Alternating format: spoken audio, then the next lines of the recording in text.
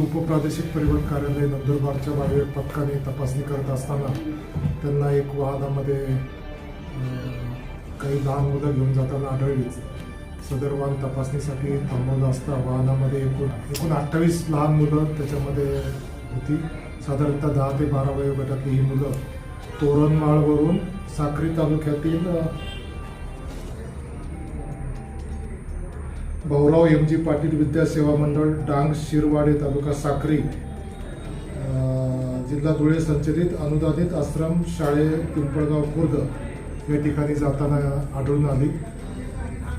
सदर वाहन आम्ही उपप्रादेशिक परिवहन कार्यालय नंदुरबार येथे आणून सदर वाहनावर आम्ही जप्ताची कारवाई केलेली आहे आणि या सर्व लहान मुलांची सोय आम्ही प्रोजेक्ट कार्यालय येथील इंग्लिश मिडियम स्कूल येथे आज त्यांची राहण्याची व्यवस्था केलेली आहे आणि उद्या संबंधित शाळेचे मुख्याध्यापक व त्यांच्या पालकांना बोलावून पुढील कारवाई प्रोजेक्ट ऑफिसर यांच्या आदेशान्वये करण्यात येणार आहे. सदर वाहन आम्ही अवैध प्रवासी वाहतुकीचा गुन्हा त्याच्यावर नोंद केलेला आहे आणि सदर वाहन आम्ही 3 महिन्यासाठी त्याच्यावर जप्तीची कारवाई करून एकूण 10,000 रुपयाचा दंड आम्ही त्याच्याकडनं वसूल करणार.